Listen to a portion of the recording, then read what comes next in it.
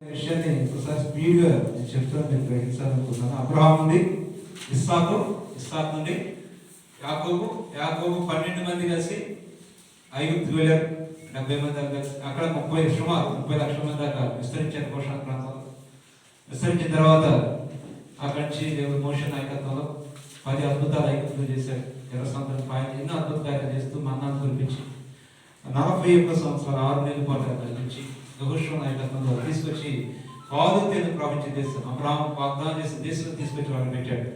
490 సంవత్సరాలు పెట్టాడు. 490 సంవత్సరాలు వారు వచ్చిన వాడు దేవుని యొక్క ఆజ్ఞను అతిక్రమించి జీవించారు. ఏడో రోజు ఏ పని చేయొద్దని చెప్పారు.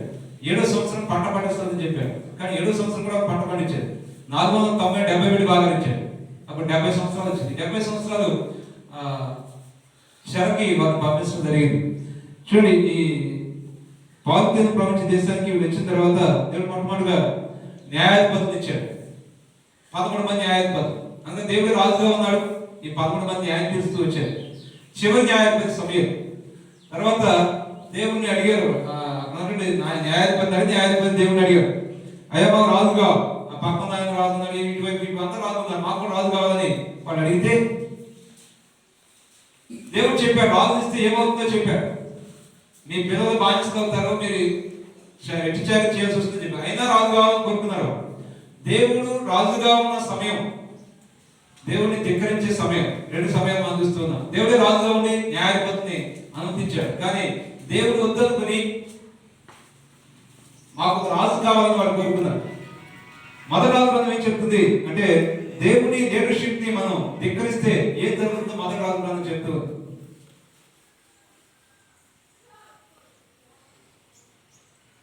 అక్కడ దేవుడు మొదటి రాజు సౌలు ఇచ్చాడు. 2వ రాజు దావీదు, తర్వాత సొలొమోను, తర్వాత రెహబాము. రెహబాము కాగా 2గా డివైడ్ అయిపోతూ వచ్చింది రాజ్యం. అటు ఉత్తర రాజ్యం, ఇటు దక్షిణ రాజ్యం. ఈ 40 మంది రాజు పరిపాలించారు. 40 మంది రాజులో ఒక్కడు కూడా ఆ పైన 7 మంది ఒక్కడు కూడా సరైన కాదు. ఇటు యోధా దేశం పరిపాలించి 20 మంది 8 మంది మాత్రం చక్కగా పరిపాలించారు.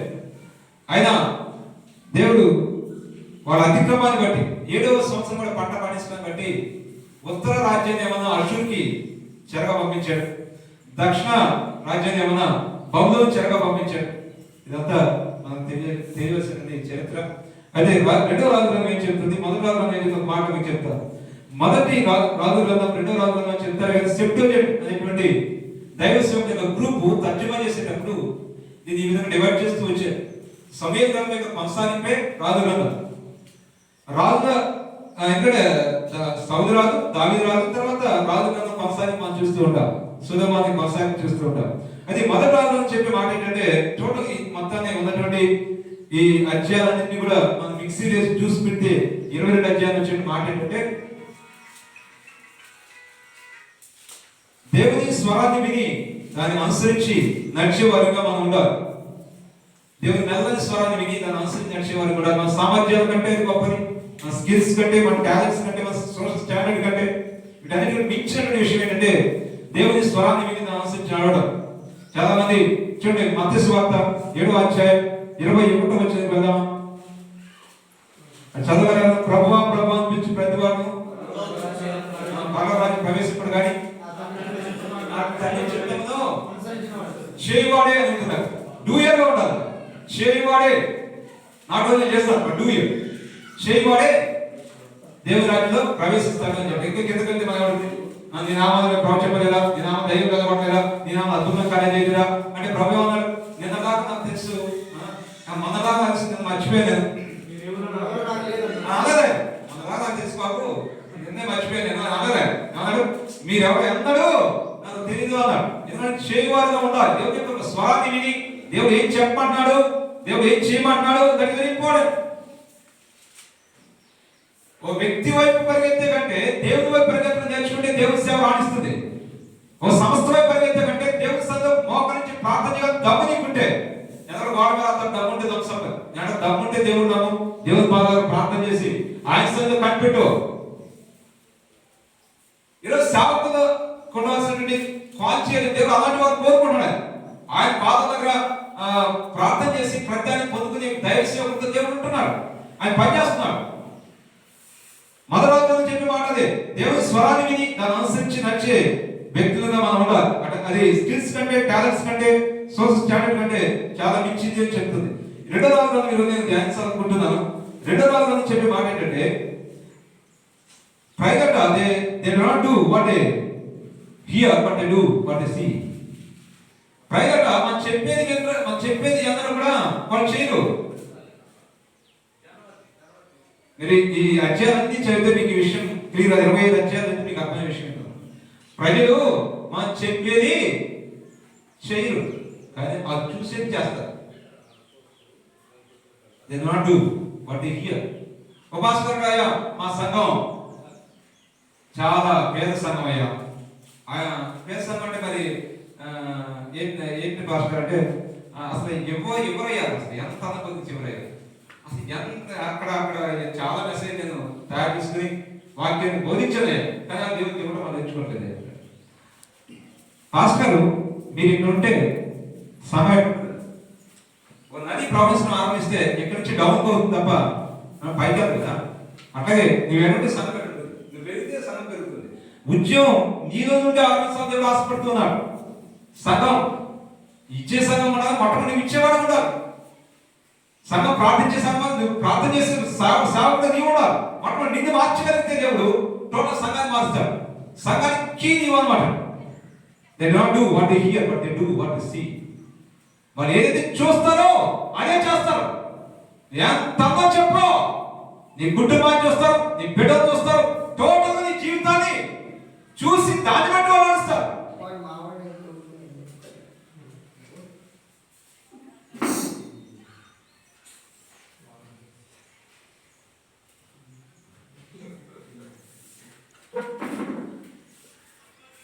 రాజు గ్రంథాన్ని నేను ధ్యానిస్తుండగా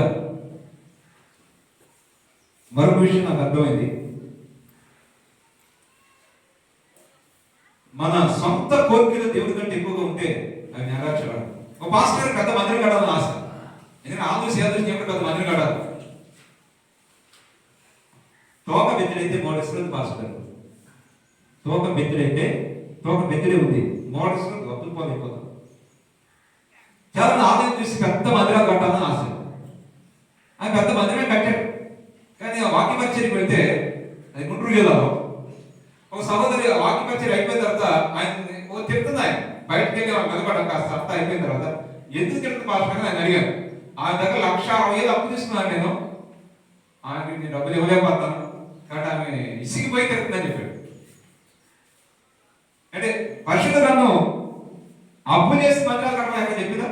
అప్పు చేయవాడు అప్పించవాడు దాస్తులు అని చెప్తుంది. 20 ఏం చెప్తుందని, నా మాటలు శ్రద్ధగా వినాలి, నా అనుసరించి నడవాలి, నడిచేటప్పుడు నీ ఇంట్లోకి అయితే దీవించబడతావు, బయటకు వస్తే దీవించబడతావు, ఇంట్లో బయట దీవించబడతావు, నీ గర్భాలు నీ ముగ్గురు దీవించబడుతుంది. నువ్వు పై వాడుకుంటావు, కింద వాడుకుంటావు, తల తోగా అప్పించడం అప్పు చేయవు. దేవుని సన్నిధానంలో పట్టుదల సేవకులు ఉంటే, నువ్వు ఎంత దేవుడి ఇచ్చిన దర్శనం ప్రకారం నువ్వు వెళ్తుంటే, దేవుడి ఇచ్చిన లీడింగ్ నువ్వు ఉంటే నిశ్చయం అప్పు దొరికే వెళ్ళవచ్చు. దేవుడు ఏం చేయమంటే చేస్తావు. సేవకుల పరిస్థితి దేవుని కంటే గొప్ప కోరికలు అవి ఎప్పుడు నెరవేర్చబడవాలి. పదే రాజు గ్రంథం చెప్పే విషయం.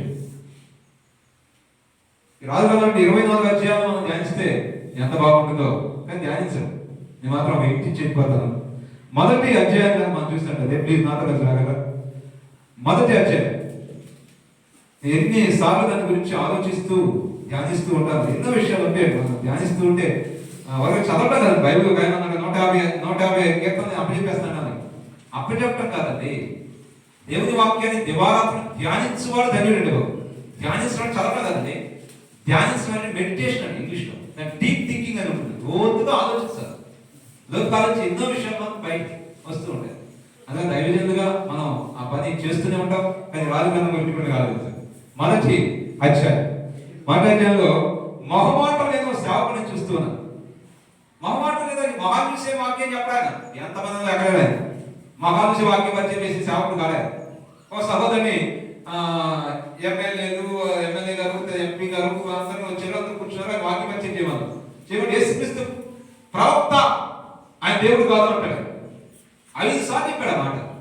వెంటనే అంతా అయిపోయిందని ఆయన దగ్గర కూర్చుని ఆయన ఇంటర్నేషనల్ స్పీకర్ అన్నమాట.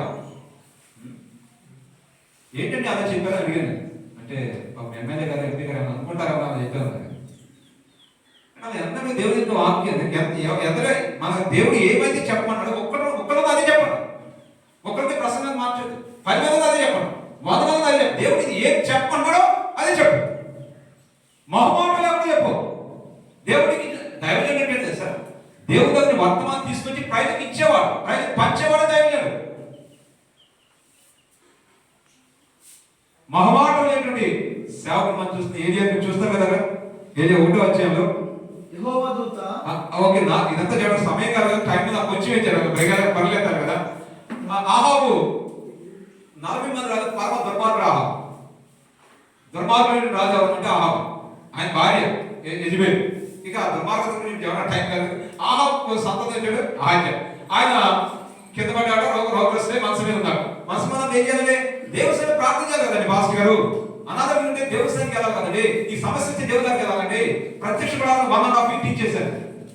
ఓన్లీ టాపిక్ తీసుకుని ప్రత్యక్ష గుడారంలో ప్రతి వస్తువు తీసుకుని టీచ్ చేశారు సంఘాన్ని. కానీ ఒక సబ్జెక్ట్ టీచ్ చేస్తే ఎంత సంఘాన్ని దీవించబడలేదు. ప్రత్యక్ష గుడారంలో ద్వారం దగ్గర దాంట్లో 3 భాగాలు ఉంటాయి. పరిశుద్ధ స్థలం, ప్రాకారం, పరిశుద్ధ స్థలం, అది పరిశుద్ధ. అయితే ప్రాకారంలో ద్వారం ఇంపార్టెంట్. ప్రతి ఒక్కరు ద్వారం ఒకే ద్వారం ఉండేవారు, ఒకే ద్వారం. ఆ ద్వారం దగ్గరే ప్రతి ఒక్కరు దహన బలి, నైవేద్య బలి, సమాధాన బలి, పాపరిహార బలి, అపరాధ పరిహార బలి, 30 లక్షల మంది ప్రజలు చుట్టూ ఉంటారు. అక్కడ అర్పించాలి, ద్వారం దగ్గరకే రావాలి. అందుకని పిలిపి 4 ఏం చెప్తానంటే, దేని గురించి చింతపడకూడదు కానీ కృతజ్ఞతాపూర్వకంగా మీరు ఉండండి, ప్రతి విన్నపాన్ని ఆయన తీసుకురండి.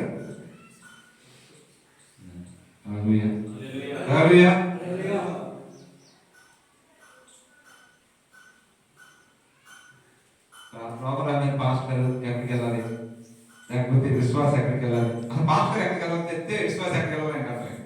దేవుడి దగ్గరికి ప్రార్థన చేస్తూ ఉంటే ఇచ్చిన దేవుడు సమాధానం ఇచ్చేవాడు.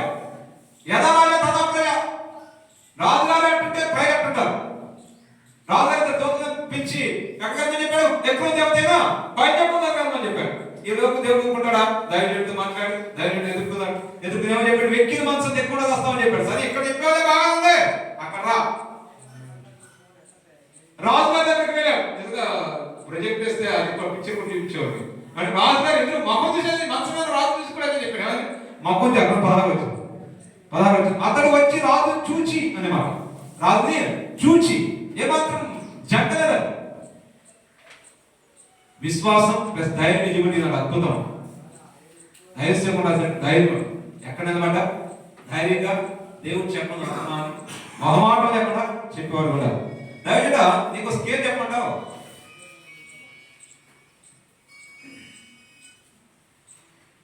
ఒక స్కేల్ అంటే చెప్పంటావు.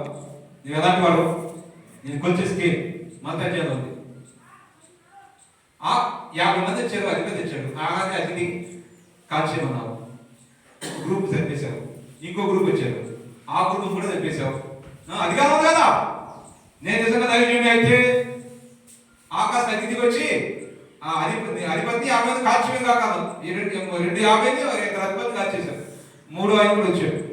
అయితే అప్పుడు దేవత దిగిరావాల్సి వచ్చింది, నీకోసం దిగొచ్చి ఆయనతో పాటు వెళ్ళమని చెప్పవలసి వచ్చింది. చాలా మంది అధికారం ఉంది కదా అని చెప్పి ఇష్టానుసారంగా వాడుతూ ఉంటారు అధికారం. సంఘాలు దేవుడు అధికారం ఇచ్చింది, ఆయన సంఘం అభివృద్ధి చెందడానికి. బయట నేను ఆచారాల సంఘాలు పెట్టాను, 2 చేతులు జోడిస్తా ఉన్నాను. మా గౌడ కుటుంబం జన్మించి ఆచారాలు కొట్టుకుని మహాదేవుడు నమ్ముకున్నాను. ఇక్కడికి వచ్చిన ఆచారాలు తావు లేకుండా మాత్రం పడాలి. ఆయన తెల్ల బట్టలు వేసుకోవాలన్నాడు. తెల్ల బట్టలు వేసుకుంటే పరిశుద్ధ, వేసుకున్న తప్పని నా బాబు. తెల్ల బట్టలే అందరూ వేసుకురావాలి అన్నాడు. సరే నేను ఎప్పుడు వాక్యం పరిచయం గుంటూరు నడిగొడ్డు ఒక సంఘానికి వెళ్ళాను. వాక్యం పరిచయం వెళ్తే ఆ తెల్లంతా వైట్ తెల్లగా వేసుకున్న తెలుపు ఆయన యొక్క సింబల్ అన్నట్టుగా ఉంది. అసలు ఎక్కడ కలగా నా బట్టలే కలపడ. నేను అడుగు పెట్టుకుంటే నేను ఒక్కనే అలా రంగానికి ఇచ్చింది నాకు. అందరూ తెల్లబడ దగ్గర వేసిపోతారు అందరూ. వాక్య పరిచయం చేశాను. చేసిన తర్వాత వాక్య పరిచయం చేసి ఆ రోజు ఆ తర్వాత ఉండవలసి వచ్చింది. నాతో ఇంకో సేవకు వచ్చాడు. వాళ్ళిద్దరు మాట్లాడుకుంటారు. పండిన తర్వాత చెట్టు అయిపోయాడు, వీడంత దరిద్రం మరో లేదు, వీడంత మెదవ ఈ భూమి మీద మరో ఉండదు.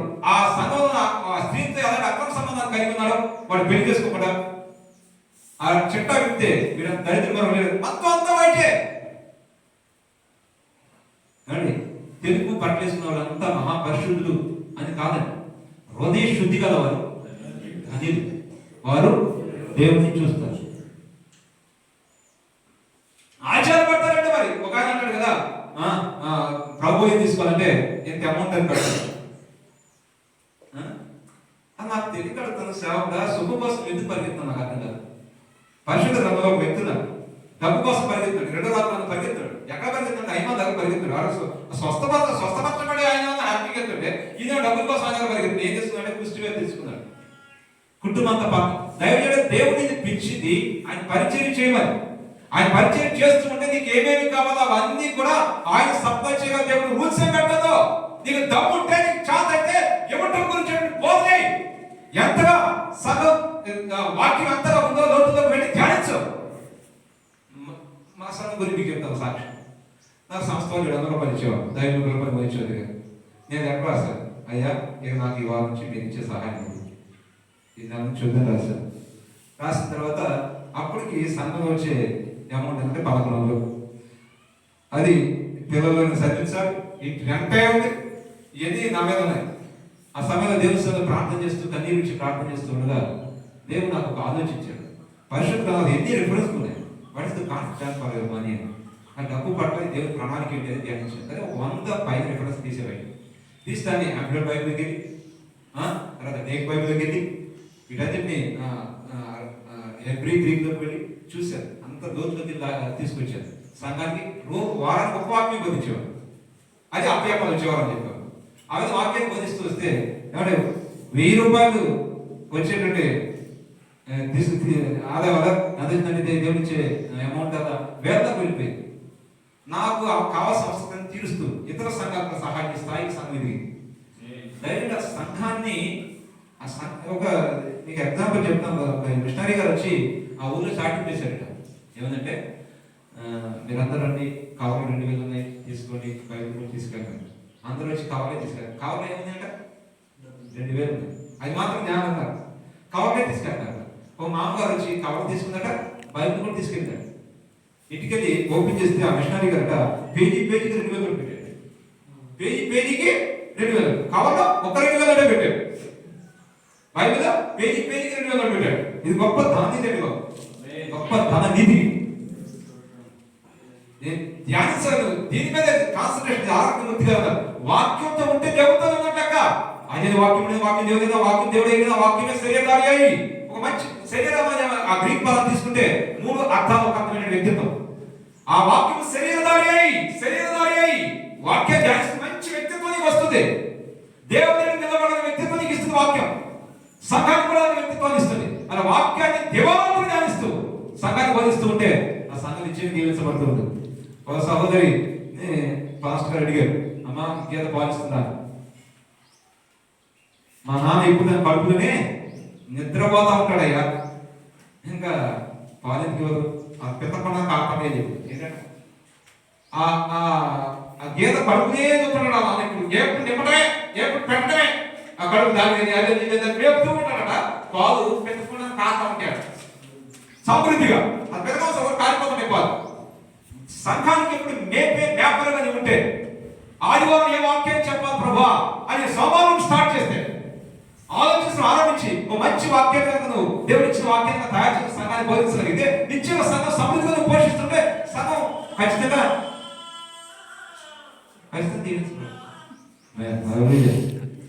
దేవుడు నామానికి మహిమ కలుగుతుంది.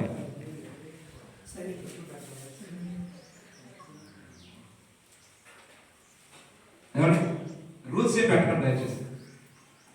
అది నాకు కొన్ని రూల్స్ పెట్టి సంఘాన్ని మనం ఎప్పుడు కూడా అది మన స్కేల్ అండి. మన దేవుడి అధికారాన్ని ఎలా వినియోగిస్తున్నాం అనేది నీవు. దేవుడికి ఇచ్చిన అధికారాన్ని ఎలా వినియోగిస్తున్నావో అదే నీవు.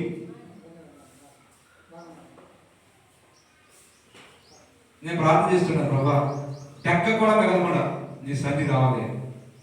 అధికారం ఇచ్చేది ఆ రోజు మోషే ప్రార్థన ఎక్కడ కూడా మిగలకుండా ప్రతి ఒక్కరు బయటకు వెళ్దాం. మనకు ఇచ్చిన అధికారాన్ని మనం ఎలా 2వ అధ్యాయానికి వెళ్దాం. చూడండి 2వ అధ్యాయం